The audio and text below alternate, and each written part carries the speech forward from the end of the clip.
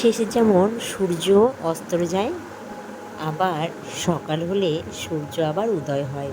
তো মানুষ একবার এই পৃথিবী থেকে চলে গেলে আর তাকে ফিরে পাওয়া যায় না। সে রেখে যায় কিছু স্মৃতি, কিছু পুরনো জিনিস আর তার কথা।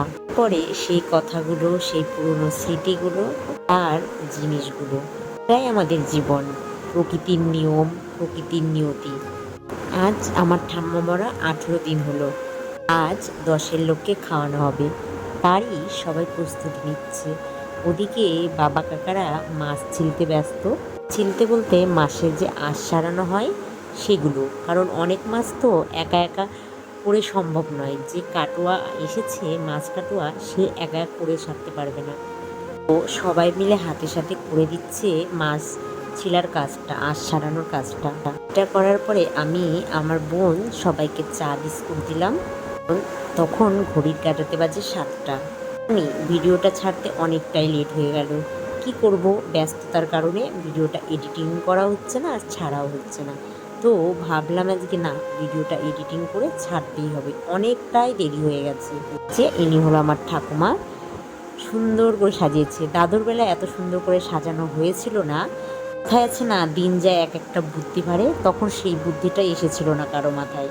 ঠাম্মার বেলায় বুদ্ধিটা এসেছে, তার জন্য সাজানোটাও হয়েছে ঠাম্মার ছবির ওই সাইডটা দিয়ে। আর এখানে সবাই হরে কৃষ্ণ গান করছে, কীর্তন করছে এক কথায়।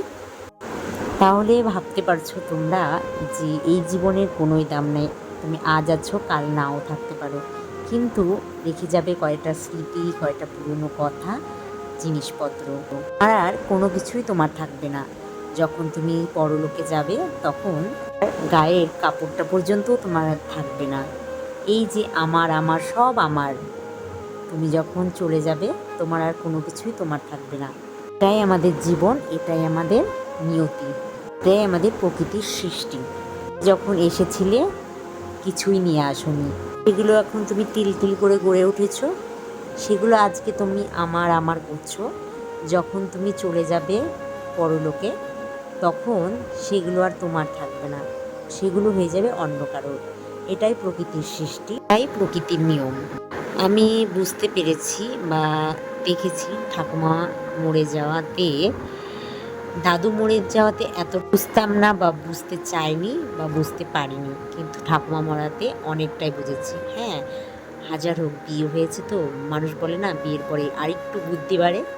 আমার সাথে ঠিক সেটাই হয়েছে। এই যে মানুষটি যে মরে গেল, তাকে কিন্তু এখন আর কারোই মনে নেই।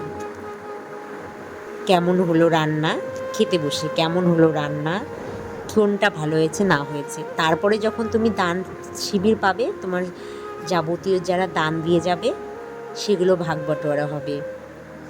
কে কয়টা কম শাড়ি পেল, কে কয়টা গেঞ্জি কম পেল, কে কয়টা বেশি নিল, কে কম নিল, সেই সব নিয়ে আলোচনা হবে।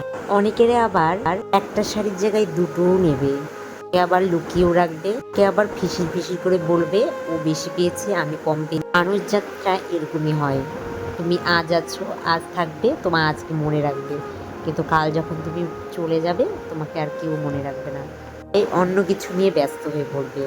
মানুষ জাত বড়ই কঠিন, বড়ই কষ্টের, এমনটাই হয়তো জীবন, ওটাই হয়তো মানুষ জাত।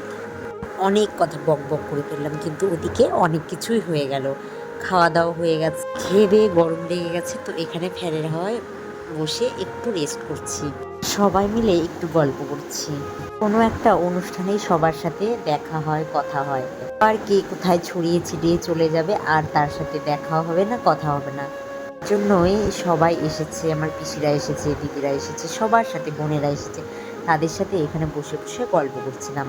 তো আজকের মতন ভিডিওটা এই পর্যন্তই। অন্য কোনো ভিডিওতে আবার দেখা হচ্ছে। ততক্ষণ তোমরা সুস্থ থেকো, ভালো থেকো, সাবধানে থেকো, আর সবাইকে ভালো রেখো। সবাইকে বাই।